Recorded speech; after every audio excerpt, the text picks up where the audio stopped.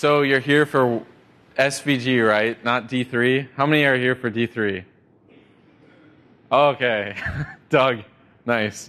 All right, so this is about the vector format, right? The graphics format. I will show some demos and that involve D3, but this is primarily about the format. All right, so let's get started. So today, in this talk, we're going to cover what is SVG and why should we use it. We're going to go through some of the SVG elements, some of the primitives we have to work with. Then how to embed it, how do we actually get up and running using SVG. Some more SVG features, we'll dive through some more features, and then demos. And that's probably how much time I'll have because I only have 30 minutes. And this is originally a longer talk. But if I do have some time, I'll get into a little bit of Raphael, the Raphael API, and some other cool tools that you can use to interact with SVG. So who am I? I'm Marc Grabanski. Probably most famous project that I created was the jQuery UI date picker. I used to blog a ton on marcgrabanski.com, and I've done lots and lots of user interface development, probably 50 different major web applications. Currently, I run front-end masters. So all of you in the room, as a thanks for coming down, I will give you a free year of membership to the site. And so if you email Marc, M-A-R-C, at frontendmasters.com and just say, I was at Fluent, I won't believe you in like 3 hours. So you got 3 hours to email me.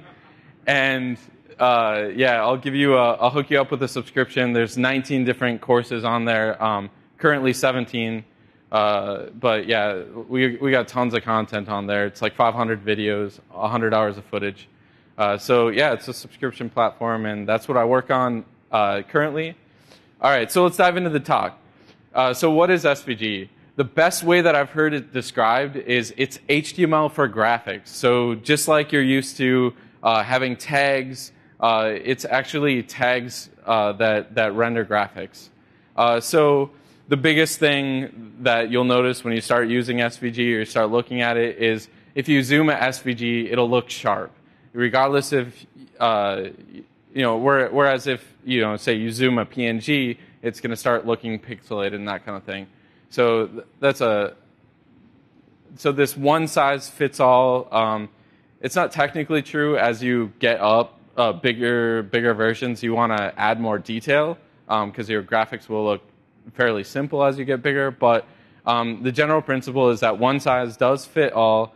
You can render one size and just, whereas with bitmaps, as you scale them, you have to put in, more data. So as you get bigger images, you're going to have to add more pixel data, whereas SVG is just point-based, so you can scale it up and it's going to look great. So some SVG advantages, I'm going to just kind of breeze through. We'll get into more of these later. But as I mentioned, it scales. It's Retina ready, so if you have high-density screens, it's still going to look nice. You don't have to have separate images to swap out the 2x version or whatever. You can just use one SVG. It's HTML-like elements, so like you're used to working with the DOM, you can inspect it. It's got this hierarchy structure. That's SVG. It's much like HTML. You can actually use CSS3 on it and JavaScript. So you can animate it with CSS3 properties. You can, it gives you a few extra properties, like you can change the fill, you can add hover effects, etc. It's all there. You can use it just like you would HTML with CSS. You can also script against it, so it has the event model built in, that kind of stuff. So when you click on an element, you can get an event and that kind of stuff. So you can script it. And you can actually embed both CSS and JavaScript inside of an SVG and bundle it together. It's printer friendly. So like with actually a couple of my clients, we create the SVG through an interactive WYSIWYG format, and the resulting SVG can actually be sent to a printer. So they actually do send these to production printers just in the native SVG format, and it is printer friendly. There are a lot of accessibility features, like if you look at Doug Doug's talk, he talks more about accessibility. And it does have some SEO properties in that the text nodes and stuff can be read by search engines, and they're getting better at doing so. It has great browser coverage, so a lot of IE8 support is falling off now, so you do get complete browser coverage if you want to target IE9 plus, but all the other major browsers have supported it for a really long time. So it does have great browser coverage. And there's tons more advantages to SVG. There's filters, paths are incredibly popular, there's the view box, all these great features, and I'll get into some of them as we go on through the talk. So let's just quickly cover some of the SVG elements. So this is just going to be a quick walkthrough of some of the primitives that SVG gives us. Of course, there's a text element. You just specify an X and Y coordinate and add some text inside the text node, and there you get text. With the circle, the first time I looked at this coming from a web development HTML land, I was like, well, what's CX and CY? Well, that's actually the center X of the circle, the center Y of the circle. It's pretty simple. The R is the radius. And then you'll see that attribute fill. You can just add a hex color into it. Same with rectangle. It's simple X, Y, width, and a height. The ellipse. Again, this was one. What's RX, RY? Well, it's the radius of X and the radius of Y. So that's why the ellipse is wider than it is tall, because it has a larger X radius. With a line, you just specify the X1, Y1, and just it draws to the second pair of X and Y coordinates, X2, Y2. And you'll see two properties here, the stroke, and that's the stroke color, and the stroke width. Pretty simple. The polygon, so the star actually has 10 points in it, but in these points, there's actually only 9 X and Y coordinates in here. And what it's doing is it's the final line is the polygon is actually drawing it for you. It's a self-closing element. So you're only specifying 9 here, and then it just closes itself, which draws the 10th line in the star. With the polyline, it's kind of the same thing. You specify these X and Y coordinates in your points, in your attribute, but it doesn't close itself. So the polygon will close itself, polyline won't. The path element is really the power of SVG. This gives you incredible, just unlimited potential with SVG. You can make any type of shape, lots of different shape, and it's described in math, so it's completely scalable, and it's command-driven. So in this case, the M is move to 100, 200, which is an X and Y coordinate pair, and then the C is curve to with some control points that draws another segment, and then S is a shorthand curve to. So I'm not going to go through what all the commands do exactly, but just know that you can draw Bezier curves and stuff like that. So if you're used to drawing with Illustrator and you've got those little control points, that's basically what a Bezier curve is. And path gives you the ability to draw lines and curves and all these other things. So if you get one thing out of this talk, definitely path is incredibly powerful. And so in this case, this is just a bunch of lines, and I just pulled this shape. This is where my home state, Minnesota. I pulled it off of Wikipedia. Wikipedia has a lot of maps that are in vector format, so you can just kind of pull the path commands right out of there and plunk it into your web application, and bam, you have a state of Minnesota. So also another tag is the group tag. So similar to in HTML where you have a div tag and you wrap things and you apply styling, well, SVG has a group tag, but the difference between the group tag and the div is that the group tag actually, all of its attributes apply to its children elements. So if you get that with the rectangle and the ellipse, in this case we're setting an RGBA, a 30% opacity, and where those two are overlapping, it makes 60% opacity. And so each of these elements inside the group tag actually have the same properties. They're 30% opacity, they're both rotated by 10 degrees, and that should be stroke width, and stroke is black. So that's one thing you should be aware of. As far as embedding SVG. There's a bunch of different ways that you can actually use SVG. So you can use it with the object tag. You can add it in line, which is part of the HTML5 spec. You can add it as an image or a CSS background. So there's lots of ways that you can actually use SVG graphics. So in the case of the object, this is a lot of times the way that people would use it to get a fallback support for old browsers. So you can use like Modernizer and detect if it's SVG is supported and send a fallback, or you can use this method where you're just saying, I have this object and I've got this SVG, test.svg, and then I'm falling back to an image if the SVG object tag isn't supported. One thing about the object tag is you can actually, like I said, you can embed JavaScript in your SVG. And the way that you can get access to the document inside the SVG is you grab the element and then you do .content document. So that would be like the document in your window, but it's in the context of the SVG. So you can add it inline now. It's part of the HTML5 spec. You can just say SVG width, give it a width height, and draw your polygon or whatever element you want to right inside of it. The inline SVG support is pretty great, aside from obviously IE 7 and 8, if you still have to support it. But it does have pretty wide coverage, pretty much everything aside from Opera Mini. You can add it, use SVGs inside your image. So image source is the GOAT SVG. And the thing about using an SVG inside of an image tag is that JavaScript inside of it is disabled. So if you have some functionality where you click on the head and it shakes around and baws at you or something, it's not going to do that if you embed it as an image. So the support for this, again, it's pretty much everything aside from IE8 and before it. Android 2.3, if you need to support it as well, that's not covered. You can also use it as a CSS background.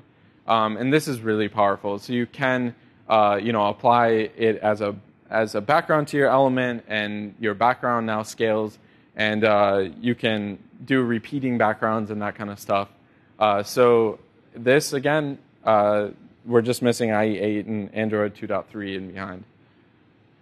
So if you take a look at SV generation, it's actually a really cool tool because you can generate these backgrounds, and then it just gives you basically a little code of an SVG that you can apply in your CSS as the background image URL. And it applies to your page, and you see you can have like all these great features of SVG as a CSS background. So some of the SVG features, as I mentioned, it's inspectable. It's got a DOM structure. So like, one of the things that attracted me to SVG over Canvas is I could make an SVG scene or whatever, and I can inspect the individual elements with the web inspector. So I can actually pull up this demo. So the group tag here, as you can see, I can just inspect this ellipse, and I can go and mess with it with dev tools. Say I want to change the CY, or I want to change the radius of X. I can just go in and mess with it, and that's what really attracted me to SVG, is because as web developers, like Chrome DevTools is basically like a lifesaver in so many circumstances, and we want that if we're doing graphical-based applications. Well, you have to build all that tooling from scratch if you want to in Canvas. Whereas SVG, you can just use native, Chrome DevTools and just mess around with it, play with it, and that's what we're used to as web developers. And I think that model, at least it fits my mental model really well. So this has actually been a lifesaver when I'm working on big SVG applications. It's the fact that I can just inspect it and just mess around with it in Chrome DevTools and see what's going on.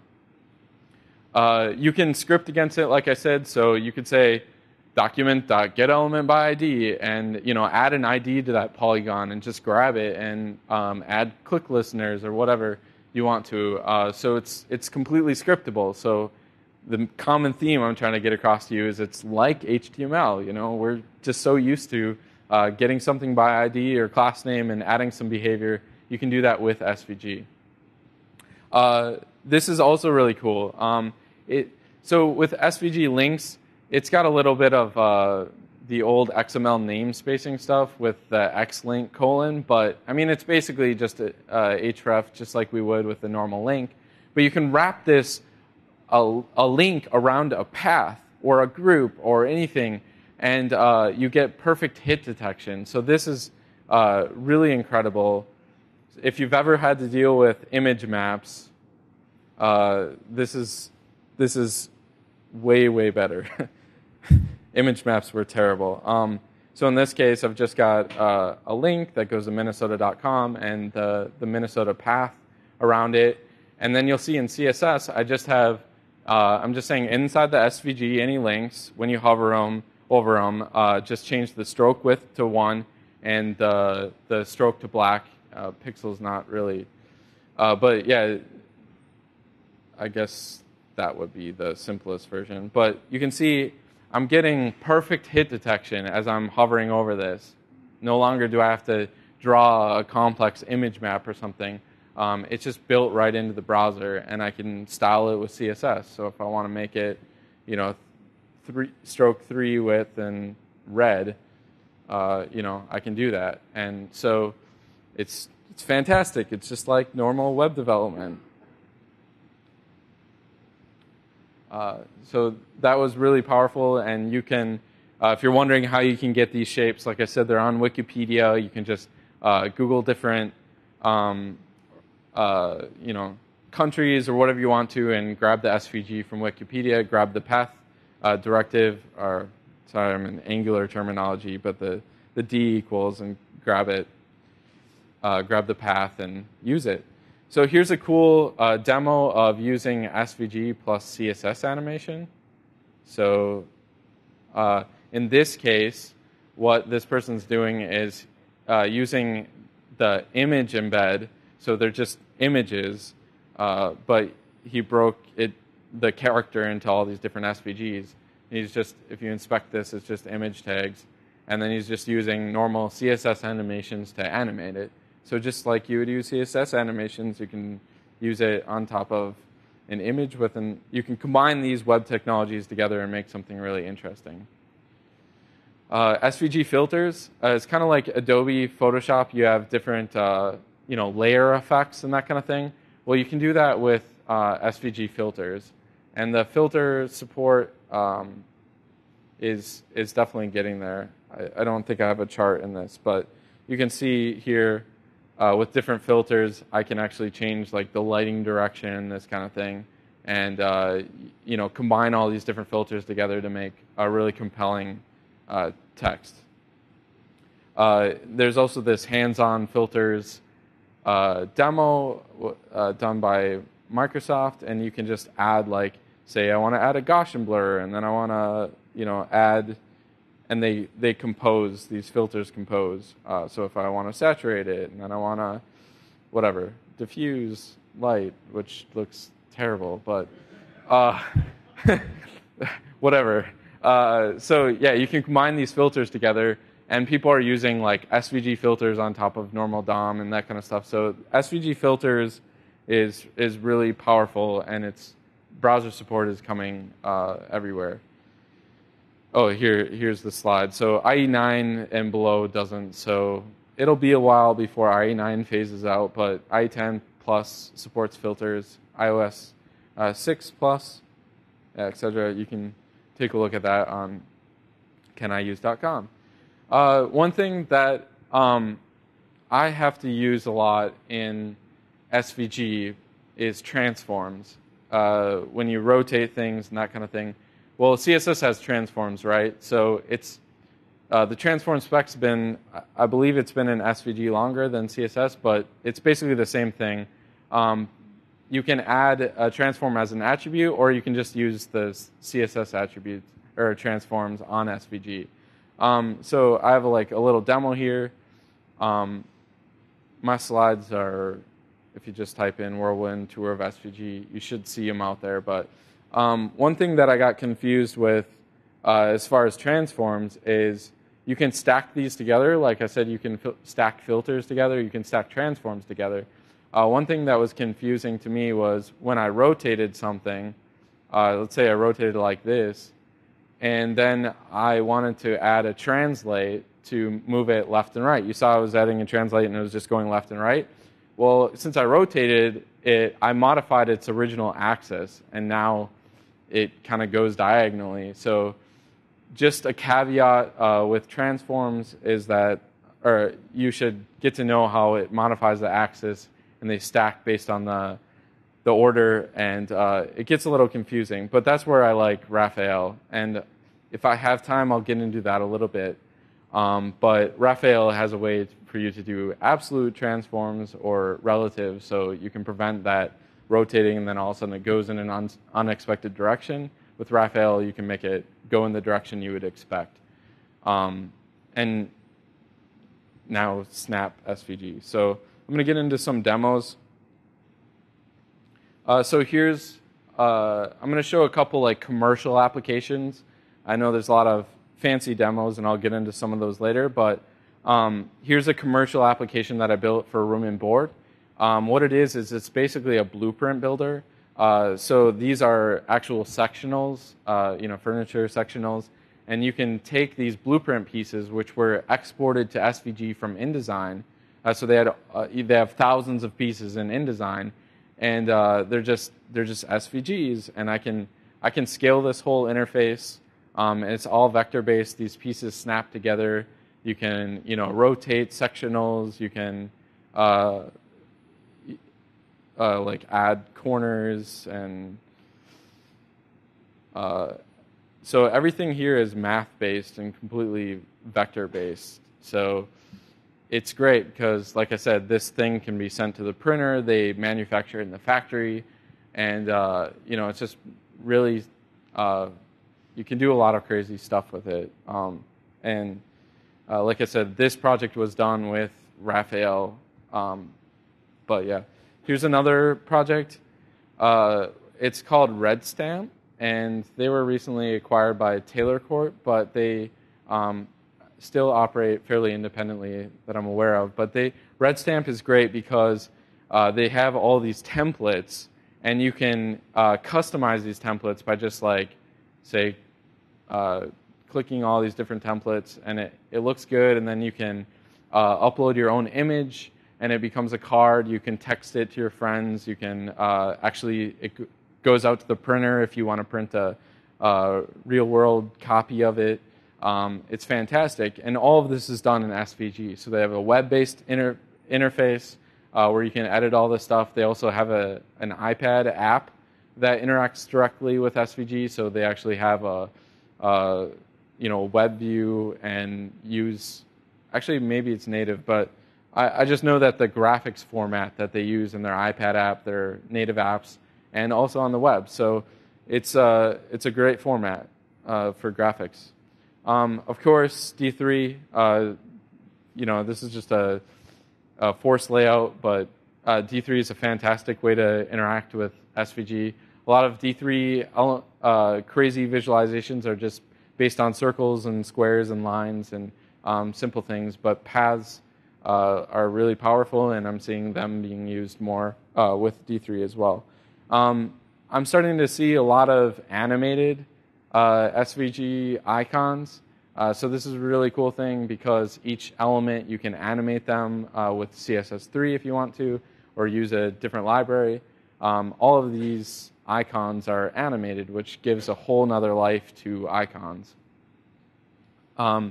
Here's more examples of animated icons. So that's a really big trend right now is animating icons. So here's another like complex D3 example where you can see the relation to like one person to all these other different topics.